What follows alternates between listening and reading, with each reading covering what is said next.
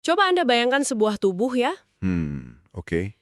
tulang lehernya patah di 3 titik yang berbeda, terus jejak di kulitnya secara harfiah menentang hukum gravitasi dasar, Wah, dan suhu tubuhnya bilang dia udah meninggal berjam-jam lalu. Tapi entah bagaimana, dia malah lagi diberi kompresi dada atau CPR di dalam ambulans. Difoto dengan sangat cermat seolah-olah dia baru aja pingsan 5 menit yang lalu. kedengarannya kayak naskah film thriller murahan ya. Bener banget. Tapi ini bukan film. Ini adalah lanskap data forensik dari salah satu kematian paling kontroversial di abad ke-21. Dan saat kita ngomongin data forensik, kita dihadapkan pada satu realitas yang jelas, tubuh manusia yang udah meninggal itu nggak punya agenda politik. Tepat. Tubuh itu jadi saksi yang sepenuhnya bisu, tapi ya sangat akurat. Dia cuma merespon fisika, waktu, dan tekanan. Nah, eksplorasi kita kali ini akan membedah sebuah materi yang sangat spesifik, sumbernya dari seorang kreator YouTube bernama Lauren de Mortician. Bagi Anda yang belum familiar, dia ini adalah seorang ahli pemulasaraan jenazah. Jadi kesehariannya memang dihabiskan untuk berurusan langsung sama sains di balik kematian kan? Betul. Fokus pembahasannya kali ini adalah foto-foto otopsi Jeffrey Epstein yang baru-baru ini terungkap ke publik. Dan dia menganalisisnya murni dari kacamata mekanika tubuh dan ilmu forensik. Tapi sebelum kita menyelam lebih dalam, ada satu hal yang sangat esensial buat digarisbawahi kepada Anda yang sedang mendengarkan. Ya, ini penting banget. Tujuan eksplorasi kita hari ini sama sekali bukan untuk memvalidasi teori konspirasi apapun, baik itu dari spektrum sayap kanan maupun sayap kiri. Kita sepenuhnya netral di sini. 100% netral. Kita cuma mau menyampaikan ide-ide dari sumber aslinya. Benar, kita cuma akan membongkar fakta medis, mekanika fisik, dan rentetan kegagalan prosedural yang dipaparkan di materi tersebut. Kita murni membaca apa yang tubuh itu katakan, tanpa prasangka. Oke, mari kita bedah ini. Karena pada akhirnya, Anda harus peduli sama kasus ini bukan karena sekedar obsesi pada satu tokoh skandal. Ini tuh tentang gimana kita mengevaluasi ketangguhan sistem institusi kita, terutama ketika dihadapkan pada serangkaian kebetulan yang probabilitas statistiknya nyaris mustahil. Dan kalau kita mau bahas itu, kondisi ruang tahanannya sendiri adalah titik awal yang paling krusial. Lingkungannya ya. Ya, dalam investigasi forensik, lingkungan tempat kejadian perkara itu seringkali jadi kanvas, tempat di mana semua kejanggalan medis ini dilukiskan. Kita harus paham kalau kegagalan prosedural adalah fondasi dari semua anomali fisik yang bakal kita bahas nanti. Oke, mari kita tarik garis waktunya kembali ke 6 Juli 2019. Epstein ditahan di fasilitas perkeamanan tingkat tinggi, Metropolitan Correctional Center di Manhattan. Benteng di tengah kota. Benar, ini benteng. Dan dia adalah tahanan dengan profil resiko paling tinggi di seluruh negeri. Pengawasan terhadapnya tuh sangat-sangat berlapis. Tapi lapisan pengawasan itu justru diuji pertama kali pada 23 Juli. Epstein ditemukan di lantai sel dengan sobekan spray melilit lehernya. Tunggu, saat insiden itu terjadi, dia nggak sendirian kan? Enggak, dia nggak sendirian. Teman selnya waktu itu adalah Nicholas Tartaglione. Dia ini mantan polisi yang lagi menghadapi berbagai dakwaan pembunuhan. Wah, kebetulan yang luar biasa. Sangat ironis kan? Epstein bersikeras kalau dia diserang, sementara Tartaglione tentu saja menyangkal keras. Terus respon dari institusi penjara setelah insiden itu gimana? Nah, respons mereka sebenarnya cukup standar di awal.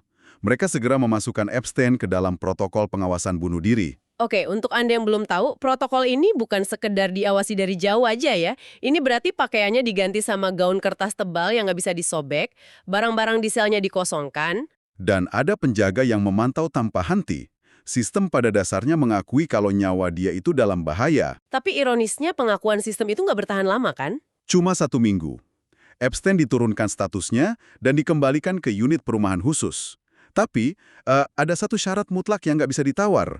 Dia harus memiliki teman sel. Karena mereka tahu dia nggak aman kalau ditinggal sendirian di ruangan tertutup. Tepat sekali. Semua jaring pengaman itu tiba-tiba lenyap. Lenyap begitu saja. Tanggal 9 Agustus hari Jumat, teman selnya dibebaskan atau dipindahkan kan? Ya. Terus nggak ada pengganti yang masuk. Persyaratan mutlak itu diabaikan sama sekali. Dan situasinya jadi makin suram pas kita lihat log penjaga pada malam itu. 2 petugas dilaporkan gagal melakukan pemeriksaan wajib. Padahal itu harusnya dilakukan setiap 30 menit. Selama berapa lama mereka gagal? Kegagalan ini berlangsung selama 8 jam berturut-turut. 8 jam di blok tahanan paling penting di fasilitas tersebut. Masa sih? Iya, dan di jendela waktu yang sama persis, kamera pengawas yang menyorot area tepat di luar pintu selnya mengalami malfungsi. Coba deh Anda bayangkan sebentar, Anda punya sebuah kasino bernilai miliaran dolar, sistem kameranya tiba-tiba mati total, tepat di atas berangkas utama. Analoginya pas banget. Dan itu terjadi persis di malam ketika semua penjaganya secara bersamaan tertidur pulas dan nggak melakukan patroli. Peluang terjadinya rantai kegagalan sistem secara bersamaan kayak gitu tuh sangat amat kecil. Betul. Dan rantai kegagalan itulah yang akhirnya merusak kepercayaan pada setiap bukti yang muncul di pagi harinya. Pastinya. Ketika redundansi ganda dari sebuah institusi federal runtuh serentak, maka tubuh jenazah ini jadi satu-satunya saksi yang tersisa. Dan tubuh ini langsung memicu perdebatan forensik tingkat tinggi. Dan perdebatan itu bahkan diawali dengan pelanggaran prosedur dasar ya. Iya, saudara laki-laki Epstein, Mark Epstein, dia nggak dapat telepon resmi dari kepala penjara atau petugas medis. Terus dia tahu dari mana? Dia mengetahui kematian saudaranya dari teks berita yang berjalan di layar CNN. Ya ampun, nggak ada transparansi sama sekali sejak awal. Karena itulah, Mark ngambil langkah yang sangat menentukan. Dia menyewa Dr. Michael Baden untuk mengawasi otopsi secara independen. Oh wow. Untuk Anda yang dengerin, kita ini ngomongin sosok raksasa di dunia patologi forensik ya. Dr. Baden ini bukan ahli biasa. Dia mantan kepala pemeriksa medis kota New York. Benar. Dia udah membedah data di balik kematian orang-orang seperti JFK, O.J. Simpson, George Floyd, sampai Aaron Hernandez. Jadi membawa Dr. Baden ke ruang otopsi itu kayak, ya menempatkan sepasang mata dengan pengalaman puluhan tahun untuk ngawasi setiap sayatan pisau bedah dari pemeriksa medis resmu. Dan kehadirannya langsung membuahkan temuan yang bertentangan tajam sama narasi awal. Dr. Baden memperkirakan waktu kematian terjadi di sekitar pukul 4.30 pagi. Tunggu, 4.30 pagi? Iya, 2 jam penuh sebelum tubuh Epstein diklaim ditemukan oleh penjaga pada pukul 6:30 pagi. Wah, disinilah semuanya menjadi sangat menarik. Karena kita harus lihat apa yang sebenarnya terjadi di bawah kulit lehernya. Nah, ada 3 titik patah tulang rawan yang dicatat oleh Dr. Baden. Tulang rawan tiroid bagian kiri, tulang rawan tiroid bagian kanan, dan tulang hyoid. Oke, mari kita bedah struktur anatomi ini buat para pendengar. Tulang hyoid itu bentuknya kayak tapal kuda kecil yang letaknya cukup tinggi di leher. Persis di pangkal lidah. Ya, dan tulang ini kan lumayan elastis. Memang sih, pada individu yang lebih tua, tulang ini bisa mengapur dan patah kalau ada trauma. Tapi patah di 3 titik berbeda sekaligus, di tiroid dan hyoid. Itu yang aneh. Tunggu, bukankah patah tulang leher itu hal yang sangat umum terjadi pada kasus gantung diri? Nah, yang sangat menarik di sini adalah analisis mekanisnya. Dr. Baden dengan tegas bilang kalau selama pengalamannya mengotopsi ribuan kasus gantung diri, Ribuan kasus? ya, betul, ribuan.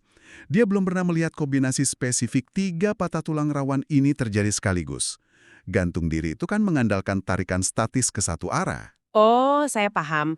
Sementara 3 patah tulang di area tersebut secara bersamaan jauh lebih konsisten dengan tekanan dari luar. Tepat. Konsisten dengan kompresi manual. Yang artinya ada tekanan dinamis dari berbagai sudut, kayak cengkraman tangan seseorang yang mencekik. Itu adalah kesimpulan yang ditarik oleh Dr. Baden. Tapi kantor pemeriksa medis resmi berargumen beda. Mereka bilang secara teknis, tekanan dari jeratan juga bisa mematahkan ketiga tulang tersebut. Walaupun kemungkinannya jauh lebih kecil ya. Iya ya. Jadi kita melihat 2 kubu profesional forensik menatap kumpulan tulang yang sama. Tapi merekonstruksi 2 cerita yang sama sekali berbeda. Tapi kalau tulang-tulang itu ngasih cerita yang ambigu, bukti visual di permukaan kulit justru ngasih anomali fisika yang jauh lebih terang kan? Benar banget. Disinilah kreator sumber materi kita, si ahli pemulasaraan jenazah itu, memberikan wawasan yang paling mencolok. Ya karena Mark Epstein kan membagikan foto-foto leher dari otopsi, itu di podcast Megyn Kelly. Dan foto itu secara harfiah bertentangan dengan hukum dasar gravitasi. Kita harus kembali ke laporan resmi dulu. Laporan itu bilang Epstein ditemukan dalam posisi suspensi parsial. Suspensi parsial maksudnya dia nggak sepenuhnya tergantung di udara. Betul. Artinya lutut atau kakinya menjulur ke depan, menyentuh lantai, sementara lehernya bertumpu pada jeratan di bagian atas. Oke, coba Anda yang lagi dengerin praktekan ini dalam pikiran Anda ya. Kalau Anda berlutut dan mencondongkan tubuh Anda ke depan menjauhi titik tambatan, gravitasi bakal menarik massa tubuh Anda ke arah lantai. Dan ke depan, Iya, dan karena tubuh Anda merosot, material apapun yang melilit leher Anda otomatis bakal terdorong ke atas. Hukum fisika memastikan jejak luka di leher Anda nggak bakal lurus horizontal. nggak mungkin lurus. Jejaknya akan miring tajam ke atas menuju rahang atau area di belakang telinga. Kemiringan sudut itu adalah semacam tanda tangan mekanis. Tanda tangan yang selalu dicari sama ahli forensik kan? Ya, khususnya dalam kasus suspensi parsial. Tapi foto otopsi Epstein menampilkan pola yang benar-benar mengabaikan mekanika itu. Terus polanya kayak gimana? Jejak di kulitnya itu berada persis di tengah-tengah leher. Dan polanya sepenuhnya horizontal atau mendatar. Nggak ada sama sekali lintasan ke atas yang nunjukin pergeseran beban tubuh. Wah. Dan yang bikin visual itu makin gak masuk akal adalah ketajaman jejaknya. Kreator kita mencatat ada garis tepi yang sangat keras di lehernya. Sangat tajam. Ada pola sekunder yang kelihatan kayak kompresi berlapis gitu. Padahal alat yang dilaporkan dipakai itu cuma sobekan spray kasur. Nah, itu masalahnya. Spray itu nggak peduli seberapa kuat Anda memelintirnya, dia itu material yang punya elastisitas. Dia bakal menyebar dan meninggalkan jejak yang lebih lebar dan tumpul kan? Bener. Buat dapetin garis horizontal yang sangat tajam dan berlapis kayak di foto, Anda butuh aplikasi kekuatan yang sangat terlokalisasi dan konsisten. Sesuatu yang lebih menyerupai kawat mungkin. Ya, kawat atau ligatur kaku yang ditarik lurus ke belakang. Bukan gesekan kain elastis akibat tubuh yang condong ke depan. Di titik inilah, bukti di kulit secara langsung nolak narasi spasial dari ruang sel itu. Oke, jadi mekanika tulangnya dipertanyakan, fisika jejak kulitnya nggak masuk akal. Sekarang kita harus bahas bagian yang menurut saya paling surrealis dari seluruh insiden ini. Respon medis daruratnya? Iya, respon medis di pagi harinya. Coba kita lihat lagi jendela waktunya. Tubuh itu menurut Dr. Baden, kemungkinan besar udah meninggal sejak pukul 4:30 pagi. Tapi mereka baru menemukannya jam 6:30 pagi. Rentang waktu 2 jam itu mengubah tubuh manusia secara fundamental, kan? Sangat fundamental. Pada titik itu, tubuh sedang menjalani proses biologis yang nggak bisa diputar balik. Pertama, yang namanya algor mortis. Suhu tubuh turun. Tepat, suhu inti tubuh mulai menurun drastis buat menyamakan dengan suhu lingkungan di sel. Kedua, dan ini yang lebih kelihatan jelas, adalah livor mortis, atau lebam mayat.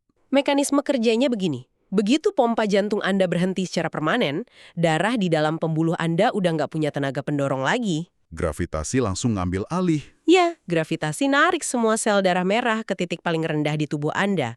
Bagian atas kulit jadi pucet banget, sementara bagian bawah bakal nunjukin perubahan warna ungu gelap.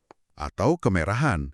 Tubuh manusia itu saksi yang nggak bisa disuap. Benar, secara fisiologis setelah mati 2 jam, Anda tuh nggak bakal kelihatan kayak orang yang baru aja pingsan karena dehidrasi. Dan perubahan visual, sama sentuhan itu, kulit yang dingin, otot yang mulai kaku, darah yang mengendap, itu semua seharusnya langsung dikenali oleh petugas lapas atau para medis yang merespon. Mereka memotong jenazahnya dari jeratan, mengangkat tubuh yang jelas-jelas udah masuk fase livor mortis itu ke atas berangkar, terus membawanya ke ambulans. Dan melakukan kompresi dada secara aktif, CPR pada mayat yang udah dingin. Iya, dan seolah itu belum cukup aneh, proses CPR ini malah difoto secara spesifik pas di dalam ambulans. Ini gila sih. Buat apa Anda memompa darah yang udah mengendap karena gravitasi di dalam tubuh yang udah dingin, terus memastikan ada kamera yang nangkep momen itu? Nah, pertanyaan itu membawa kita pada persimpangan antara kepanikan institusional dan apa yang sering disebut kreator kita sebagai theatrical medis. Theatrical medis, kayak sandiwara gitu.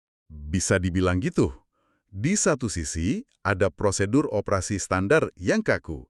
Kadang, para medis dan penjaga itu diwajibkan oleh protokol ketat buat mencoba intervensi penyelamatan nyawa tanpa henti. Sampai kapan? Ya, sampai seorang dokter secara hukum menyatakan waktu kematian. Ini tuh kadang jadi tameng institusi buat menghindari tuntutan kelalaian medis. Jadi maksudnya mereka ngelakuin CPR pada tubuh yang secara harfiah udah dingin cuma buat nutupin celah hukum. Itu salah satu kemungkinan yang rasional. Tapi keberadaan dokumentasi foto yang diambil di dalam ambulans itu yang nambah lapisan skeptisisme baru. Iya dong, buat apa difoto? Kreator sumber kita sangat menyoroti hal ini. Ini tindakan yang sangat di luar kebiasaan.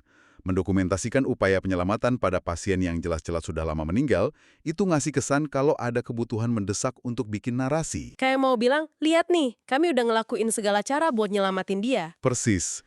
Membangun alibi visual setelah 8 jam ngebiarin selnya nggak terjaga. Luar biasa. Dengan tumpukan inkonsistensi yang semasif ini, mulai dari tulang patah, jejak ligatur antigravitasi, sampai CPR teatrikal, reaksi logis dari siapapun yang dengar pasti sama. Kenapa keluarganya nggak menggali jenazahnya lagi? Nah itu, kenapa nggak ekshumasi? Mark Epstein kan secara hukum punya hak penuh buat nuntut itu. Dan ingat, lokasi spesifik pemakamannya masih dirahasiakan sampai hari ini.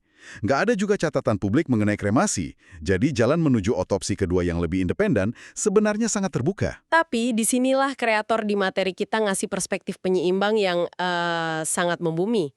Secara legal mungkin gampang, tapi secara manusiawi itu mimpi buruk. Sangat berat buat keluarga. Menggali kembali makam anggota keluarga itu sama aja kayak membuka paksa luka trauma yang paling dalam. Belum lagi ekshumasi itu butuh biaya yang fantastis, peperangan hukum yang panjang, dan siksaan psikologis buat keluarga yang ditinggalkan. Banyak yang akhirnya milih mundur, membiarkan misteri itu terkubur bersama jenazahnya demi kewarasan mereka sendiri. Sudut pandang empati dari si kreator ini emang penting banget buat kita ingat. Bahkan ya, di akhir videonya yang penuh sama anatomi forensik yang suram, dia sengaja bikin interupsi yang ringan. Oh, yang soal anjing peliharaannya itu ya? Iya. Dia mengakhiri videonya dengan ngasih lihat anjingnya yang namanya Mango, terus ngirim ciuman mangga ke audiensnya. Itu ngingetin kita sih, biarpun kita lagi sibuk ngebedah ruang gema yang penuh sama kematian dan kejanggalan, kita tetap butuh oksigen buat bernapas. Betul, kita harus kembali berpijak pada kehidupan nyata. Nah, jika kita hubungkan hal ini dengan gambaran yang lebih besar, sentuhan kemanusiaan tadi justru menjelaskan kenapa publik Amerika nggak pernah bisa sepenuhnya ngelepasin kasus ini. Kenapa tuh? Keengganan publik buat move on itu bukan karena rasa simpati ke mendiang. Rekam jejak kriminalnya kan jelas dan sangat mengerikan. Publik terpaku karena kasus ini tuh semacam cermin dari institusi kita. Jadi, apa arti dari semua ini? Ini kan udah bukan sekedar ngomongin mekanika jeratan lagi. Ini tentang runtuhnya ilusi keamanan. Pria ini memegang jaringan rahasia yang mengikat orang-orang paling berkuasa, politisi, miliarder di seluruh dunia. Dan dia diawasi sama sistem keamanan tingkat tertinggi yang didanai uang pajak. Tapi sistem sebat itu malah gagal total. Ya, kegagalannya nyaris kayak adegan komedi kelam. Makanya masyarakat dipaksa buat nanya, ini tuh murni ketidakmampuan birokrasi yang parah. Atau ada desain kelalaian yang memang disengaja? Mari kita kumpulkan kepingan-kepingan dari penelusuran kita hari ini. Kita mulai dengan fondasi sistem yang hancur berantakan, penjaga yang absen 8 jam, hilangnya teman sel secara tiba-tiba, dan malfungsi kamera di koridor paling vital. Semuanya di malam yang sama. Terus dari sana, kita ngelihat anatomi tubuh yang patah di 3 titik. Anomali yang sangat langka buat kasus suspensi. Kita juga udah bedah foto jejak kulit leher yang lurus dan mendatar benar-benar nolak patuh pada gravitasi. Dan tentu saja, keanehan pamungkasnya. Pertunjukan CPR pada tubuh yang darahnya udah lama mengendap. Sekali lagi, semua data yang kita bahas ini disajikan bukan buat dorong Anda milih teori konspirasi tertentu. Ilmu forensik itu cuma ngajarin kita buat dengerin apa kata tubuh. Benar. Dan mengukur seberapa jauh narasi sebuah institusi menyimpang dari realitas biologis itu. Kita cuma ngelihat fakta yang ada, dan fakta-fakta itu menghasilkan perairan diagnostik yang sangat keruh. Disinilah saya pengen ninggalin Anda yang lagi dengerin dengan satu pemikiran terakhir. Sesuatu yang mungkin bakal terus bergaung di kepala Anda. Silakan. Jika sebuah sistem penjara federal berkeamanan maksimum, yang punya pendanaan tak terbatas, lapisan keamanan ganda, dan protokol paling ketat, bisa dibiarkan gagal sebegitu spektakulernya, kehilangan pengawasan, kamera mati tepat pada waktunya, prosedur diabaikan. Di momen yang paling krusial. Ya justru di saat mereka ngawasi tahanan dengan risiko paling mematikan dan paling disorot di dunia, lalu jaring pengaman kayak apa yang sebenarnya ngelindungin tahanan-tahanan biasa? Itu pertanyaan yang berat. Kalau saudara dari seorang miliarder yang punya akses langsung ke mantan kepala pemeriksa medis kota New York, aja pada akhirnya nggak bisa nembus tebalnya tembok misteri ini, cerita ketidakadilan dan kelalaian brutal kayak apa lagi yang selama ini berhasil dikubur diam-diam di fasilitas yang sama? terkunci bareng mereka yang nggak punya kekayaan, kuasa, atau nama besar buat diperjuangin. Itulah pertanyaan sesungguhnya tentang keadilan yang tersisa dari semua anomali forensik ini. Terima kasih banyak udah meluangkan waktu Anda yang berharga buat membedah data dan narasi ini bareng kami. Selalu jaga rasa ingin tahu Anda, jangan pernah takut buat nguji kebenaran yang kelihatan terlalu mudah. Dan sampai jumpa di eksplorasi kita berikutnya.